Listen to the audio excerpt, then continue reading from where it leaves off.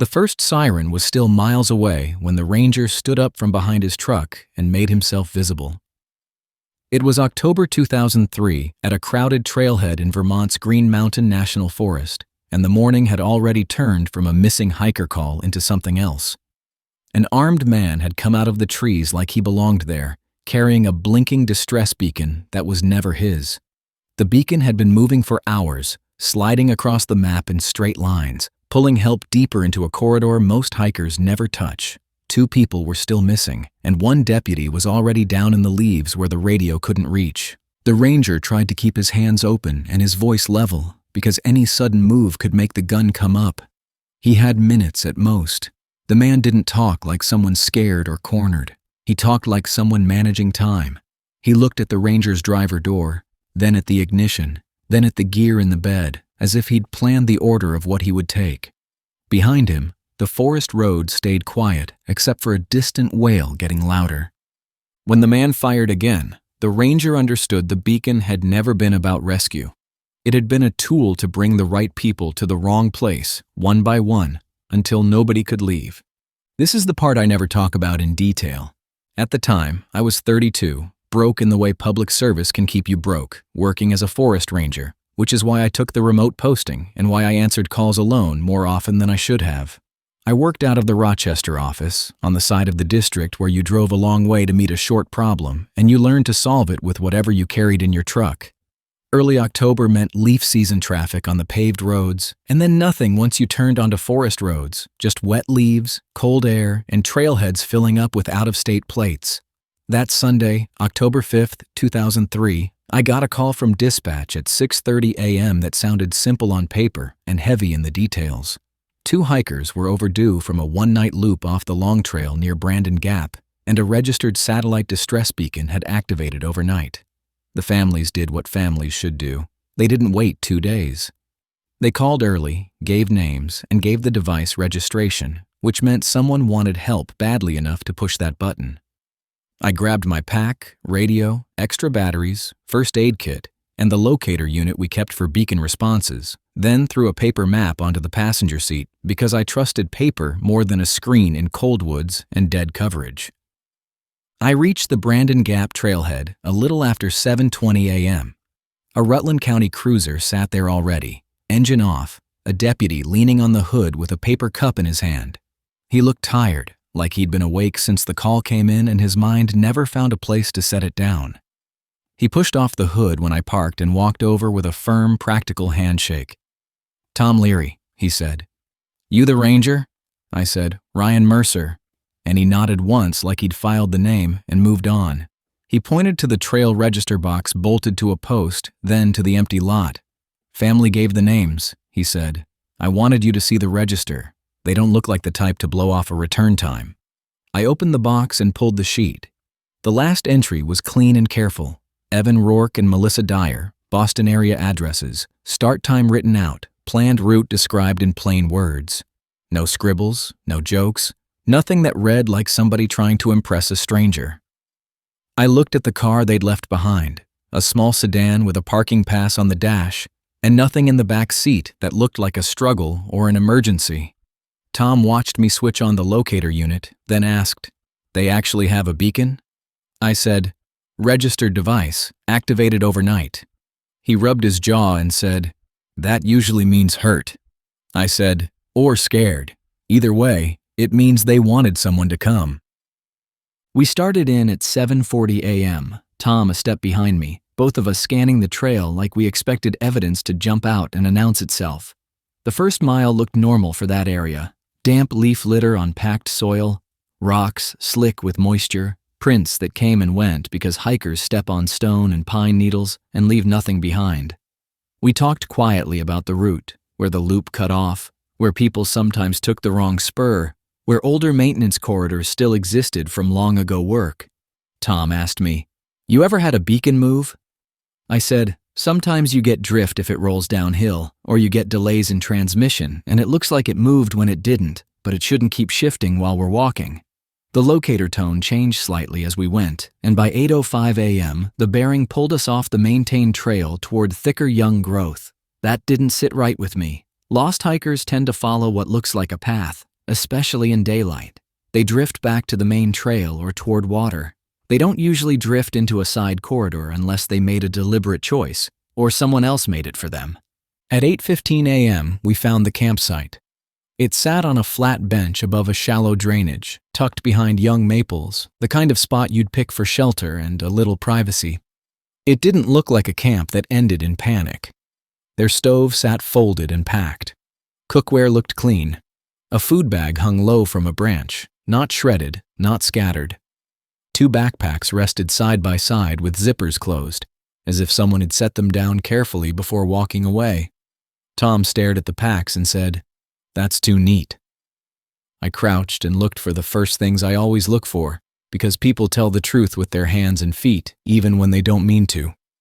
Broken branches, scuffed dirt, drag marks, torn fabric, a messy footprint where someone slipped while moving fast. I didn't see any of it. Then I saw the boot. One hiking boot stood upright beside a rock, laces tied, tongue straight, like it had been placed there to be noticed. The other boot wasn't anywhere in the immediate area, and you don't lose a boot like that without leaving a trail of trouble. Tom said, "Lo, who leaves a boot like that?" I didn't answer right away, because the answer was the part that made the woods feel wrong. I checked the locator again and expected it to point right at the campsite. It didn't. The bearing pointed deeper, away from us, and the signal strength was stronger than it should have been if the beacon sat back here. Tom lifted his radio and tried dispatch. He got a broken response and then static. He pulled his phone and saw nothing but a dead bar.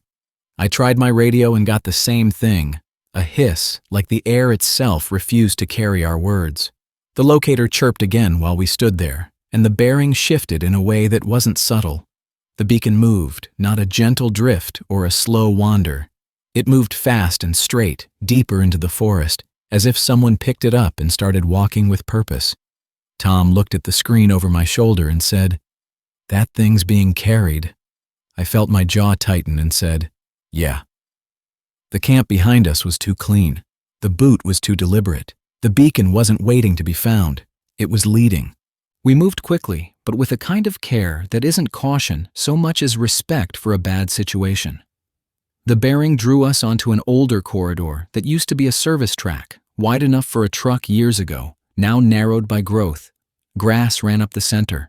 Wheel ruts still held water. The maintained trail had people. The maintained trail had predictable rescue routes. This corridor had none of that, which made it the kind of place somebody with intent would use. Around 8:35 a.m., I saw movement ahead through the trunks. Not an animal moving in a hurry, not wind. It was a person, walking without trying to hide. A man crossed the corridor at a distance, maybe 60 yards, and kept moving in the same direction the bearing pointed. He didn't glance around like a lost hiker. He didn't stop to listen. He walked like the day belonged to him. Tom whispered, "You see him?" I said, "Yeah." The signal strength jumped again, and that single fact landed hard. The beacon was close, and the only person we'd seen close was the man. Tom said, "We call this in and back out." I agreed, and I raised my radio again, but the message didn't go anywhere. No reply, no crackle, nothing. We took a few steps backward, the kind you take when you want to break contact without turning your back, and that's when a voice came from the trees to our left, close enough that it didn't need volume. "Stop right there," the voice said. Tom froze. I froze. "Hands where I can see them," the voice said. Tom raised his hands slowly. I did the same, keeping my shoulders loose because tension shows, and tense people do stupid things. The man stepped into view from behind a trunk with a long gun held low but ready. In his other hand, he held the distress beacon, the blinking light plain as a warning. He looked at us with calm interest, like he'd waited and now he was counting. He said, "You two came quick." Tom said, "Sheriff's office, put it down." The man gave a small smile that didn't reach his eyes and said, "This isn't your office out here." I kept my voice level because I needed him focused on words, not on fear. "Where are the hikers?" I asked. He looked at me like I'd asked the wrong question, then said, "You're the ranger." It wasn't a question. He knew, and the way he knew was the first time I felt real alarm, because it meant he didn't meet us by chance. He lifted the beacon and let it blink between us. "This thing works great," he said. "People come right to it." Tom said, "You're making this worse." The man's expression tightened like Tom had changed the tone and he didn't like it. He brought the muzzle up and centered it on Tom's chest. "You're making noise," he said. Then he pointed at the ground and said, "Kneel, both of you." Tom hesitated just long enough for me to see the fight in his shoulders. Then he dropped to one knee. I did the same, because there was no version of this where pride helped anyone, and because 2 missing hikers were still the reason we were here. The man stayed just out of reach, stance balanced, gun steady, like he'd practiced this in his head until it felt natural. He said, "Here's what happens. You walk back out. You tell them you got a false signal. You tell them you found nothing." Tom said, flat, "No." The man's eyes hardened, and he shifted the muzzle a few inches as if he'd already decided the order of what came next. I spoke quickly, not loud. "If you want us gone, let us go," I said. "We leave. That's it." He stared at me for a long beat, then said, "You're going to leave, but first you're going to show me your keys." I understood what he wanted. He wanted my truck. He wanted my radio. He wanted a way to move fast without hiking out and getting spotted on the road.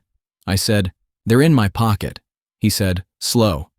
I reached into my cargo pocket and pulled out the ring. He said, "Drop them." I dropped them on the wet leaves. He stepped forward and bent to pick them up, still careful, still watching. But for a fraction of a second, his attention narrowed to the keys in the mud. Tom shifted his weight like he meant to stand. It wasn't a rush. It wasn't heroic. It was the simple refusal of a cop who couldn't stay kneeling any longer. The man snapped his head up and fired once without hesitation. The shot hit the trees and flattened the morning. Tom fell sideways into the leaves and didn't get back up. My mind went blank for a moment, then my body moved. From my kneeling position, I drove my shoulder into the man's legs as hard as I could. It wasn't a clean tackle, it was a desperate shove. He stumbled and the gun swung away. My hand grabbed the beacon from his other hand on instinct. I ripped it free and threw it into the brush as far as I could, not because it solved the moment, but because that blinking light had become the center of his control, and I wanted it gone. He turned toward me with a focus that felt cold and certain. He didn't look surprised. He looked like he'd moved to the next item on a list. I scrambled up and ran downhill through brush, leaves sliding under my boots, branches catching my sleeves, my breath burning because I didn't have the space to pace myself. Behind me he moved too, not charging in a straight line, but closing in bursts, then pausing, then pushing again like he knew I'd waste myself if I sprinted until I fell. I tried my radio while I ran and forced my voice out even as my lungs fought me. "Officer down," I said. "Need help. Brandon Gap side, old service corridor." The radio gave me nothing but a hiss. I kept moving anyway, cutting directions to break his line, using what I remembered about that section of forest and the way old tracks connected to drainages that could slow a man if he tried to follow exactly. I hit a slick root at a shallow cut and nearly went down. My knee slammed into dirt and pain shot up my leg, sharp enough to make me see white for a second. I got up and kept going because pain was better than stopping. I dropped behind a fallen log and forced my breathing quiet, keeping my hands still so I wouldn't shake leaves. His steps slowed, then stopped, close enough that I could feel him rather than see him. He spoke from the brush, calm, not shouting. "Ranger," he said, "come out." I didn't answer. Silence is hard for most people. They fill it. He didn't. He moved slowly, circling, steps soft when they needed to be, louder when he wanted me to think he'd gone away. I waited until the sound drifted farther, then slid backward along the log, staying low, and moved until I could stand without snapping branches. I ran again, not a sprint now, but steady, because a steady pace was the only way I could keep moving with my knee screaming at me. At 9:25 a.m., I saw the maintained trail ahead through the trees and stepped onto it like I'd surfaced from water. 2 volunteers were coming in from the trailhead, one in a search and rescue vest, the other carrying a medical bag. I raised both hands and said, "Stop, get back, armed man in there." They froze. The vest guy said, "Where's the deputy?" I said, "He's down. Call 911. Don't go in." The medical volunteer took a step forward on instinct, then caught himself and stopped. I pointed back down the trail. "Back out now. I said. Stay together. I pushed on toward the lot because I needed radios that could reach and people who could hold ground. When I broke out into the parking area, my truck sat where I left it, and Tom's cruiser sat near it like a marker for how fast a day can break. Another district pickup had arrived. A seasonal technician stood by the vehicles, and I recognized him before he spoke. Brian Klein, younger than me, the kind of guy who volunteered first and complained never. He saw me and started walking toward me with relief on his face, then stopped when he saw my expression. "Ryan," he said, "what happened?" I grabbed his sleeve and pulled him down behind my truck's rear tire. "Get low," I said. "He's coming out. He shot Tom." Brian stared at me for a second, like the words didn't fit in the same sentence. Then his face tightened and he nodded once. I raised my radio again and tried dispatch from the open lot. This time the signal caught clean. "Active threat at Brandon Gap Trailhead," I said. "Officer down on the old service corridor. Armed male. Send everyone." Dispatch came back immediately. "Units en route. Stay put."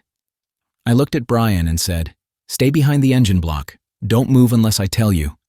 He said, "Okay," but his voice came out thin. Then the man stepped out of the trees at the edge of the lot. He didn't run. He walked. He held the long gun angled down as he scanned vehicles like he was choosing. He saw me behind the truck and stopped like he'd found what he wanted. "Ranger," he said. I stood enough that he could see my face, hands open, because I needed him focused on me and not on searching the truck with his muzzle leading. I said, "It's over. Deputies are coming." He didn't answer. He looked at my driver door, then at the ignition, then at the gear in the bed, as if he'd planned the order of what he would take. A siren rose from the road in the distance, faint but real, and that sound changed his posture. It introduced time, and time was the one thing he couldn't control forever. He took a step toward my door. I said, "Don't take it." He raised the gun toward me, steady, and said, "You should have stayed in the woods." I didn't argue. I didn't threaten. I held still and watched his eyes flick to the road again. Behind me, Brian shifted without meaning to. His boots scraped gravel, a small sound that should have meant nothing and meant everything. The man's head snapped toward it, and he fired once, fast. Brian dropped behind the truck and didn't get up. There was no scream, no movement after, just the sudden absence of him, like the morning erased the person I'd pulled into cover. I ducked hard and kept my head behind the wheel, eyes tracking the man. The sirens grew louder. The man backed toward the tree line, then turned and ran into the woods for the first time all day, moving fast now because time had started chasing him the way he'd chased us. 2 deputies arrived less than a minute later, tires spitting gravel, doors opening before the cruiser fully stopped. One scanned the tree line with a rifle. The other shouted, "Where is he?" I stood and pointed. "Into the woods," I said. "Old service corridor. He's armed. Tom's down inside." One deputy looked at Brian, then at me. "You hit?" he asked. "My knee," I said. "I can walk." He shook his head. "You stay here." More units arrived in waves, state police, a supervisor who took control with short orders, a dog team that moved with purpose instead of panic. Medics came for Brian and worked him with a kind of urgency that still carried a quiet acceptance in their faces. Someone covered him. Someone asked me questions I answered on autopilot because my brain kept replaying the gun coming up, the beacon blinking, the boot placed like a sign. A team went in for Tom and brought him out on a litter, covered, and they didn't let me see him close. That was a kindness. While law enforcement tracked the man, the search operation pivoted back to why we'd been called in the first place. Evan and Melissa were still out there, and whatever happened to them mattered as much as the shooter, because the shooter used them like bait. The dog team picked up the trail where the man ran into the woods and followed it down the old corridor toward an abandoned maintenance shed about half a mile in. The shed sat low and rotting, a leftover from older projects, the kind of structure that disappears because most people never walk that far off a maintained trail. Deputies and troopers moved in a line that kept spacing and coverage, not the sloppy rush we'd fallen into earlier. When they located him, he didn't comply with commands. I didn't hear the exact exchange, but I saw the end result when a supervisor relayed it to us at the trailhead. They had him on the ground, alive, hands secured behind his back, bleeding from a cut along his forearm. He kept talking like he couldn't stop himself, like the words were part of how he stayed in control. "You brought everybody," he said, over and over, as if that was the violation. He said it like the forest was his, and we were guests who broke rules. That afternoon, searchers found Evan. He was hidden under a tarp in a shallow depression off the corridor, hands bound with cord, dehydrated, shaking so hard his teeth rattled. Medics cut him free and got him wrapped in blankets, and he kept trying to sit up and point, eyes wide and fixed. "She's back there," he said. He took her back there. They kept him quiet and moved him out, because you don't leave a living witness in a place where the person who hurt them might still be within earshot. Searchers worked into the evening with lights, then backed off when it became unsafe, then resumed at first light. They found Melissa the next morning near a drainage, concealed under brush. She didn't survive. I won't describe more than that because the facts don't need decoration, and because the people who loved her had to carry the details in a way the rest of us never fully understand. The man's name was Ross Halverson. He wasn't a myth, and he wasn't an unknown creature. He was a human male who learned how to live around trail systems without being noticed, the way some people learn to live around highways without ever owning a car. Investigators tied him to a string of illegal camps and small thefts that never looked connected until they put his name on paper and drew a line through time. Years earlier, he'd worked seasonal labor with a private trail crew. He knew the corridors and the dead spots where radios died. He knew which trailheads had registers and which ones didn't. He stole radios, batteries, and maps, and he watched parking lots like he studied people. The beacon wasn't his originally. Evan bought it new and registered it properly. Ross got it after he took control of them, then used it like a lure. He didn't activate it to get help for anyone. He activated it to make helpers walk straight to him, one at a time, deeper into the woods where nobody could see. Over the following week, state police and investigators worked the area around the old corridor like a grid, looking for anything Ross left behind and anything he'd taken from others. They found an illegal camp set back in thick growth not far from where the signal first pulled us off the main trail. In that camp, they found the kind of evidence that makes a case close clean, the kind of evidence that turns a scary day into a documented chain of choices. They found stolen radios and extra batteries. They found maps with practical notes written along the margins about parking patterns and sight lines. They found a tote filled with trail register sheets taken from boxes across that district. Originals, not copies, the kind of thing a person takes only if they're collecting names. They also found something that hit me harder than the gear.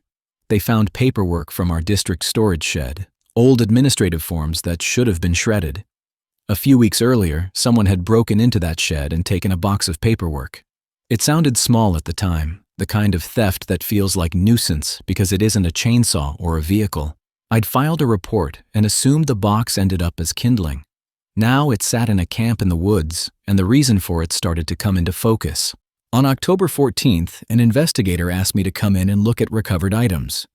I sat at a table in a plain room while they cataloged evidence and asked me to confirm what belonged to our office and what didn't. They laid out register sheets, they laid out radios, they laid out maps. Then, the investigator slid a small notebook across the table and said, "We want you to see this." It was the kind of cheap notebook you buy at a gas station. Inside were lists written in steady handwriting, with dates and trailhead names and short notes about how busy each place got and what times people tended to start. One page had a simple heading that made my throat go tight. It said next. Under it were names written like a plan. Tom Leary, Brian Klein, Evan Rourke, Melissa Dyer. Then my full name, spelled correctly with a date from September 2003 beside it. Weeks before October 5th, before I ever saw Ross in the woods. The investigator watched my face and asked, "Do you recognize that date?" I stared at the ink and thought of the storage shed break-in, the box of forms that disappeared, and how quickly everyone, including me, moved on. I said, "That's when our shed got hit." He nodded slowly and said, "We think he took names from the forms and waited." That was the moment the day rearranged itself in my head. Ross didn't meet me in the woods by accident. He read my name on paper first, learned where I worked, and built a trap that counted on me doing my job the way I always did, quickly, directly, and without waiting for a convoy. I left that building and sat in my truck with the engine off, hands resting on the steering wheel, staring at nothing in particular. I thought about the boot placed upright at the campsite, the beacon moving in straight lines, the way Ross spoke like he managed time, the way he looked at my driver door as if it belonged to him. I thought about Tom kneeling because a stranger told him to, and the split second where a man bent to pick up keys and decided a life meant less than control. Then I reached into my glove box and found the trailhead pass I'd clipped to my visor that morning, still there like the day never ended. I folded it once and pushed it to the back because I needed one thing, just one, to be done and put away. The next time someone told me paperwork theft was minor, I didn't argue. I just locked the cabinet and counted every name on every page.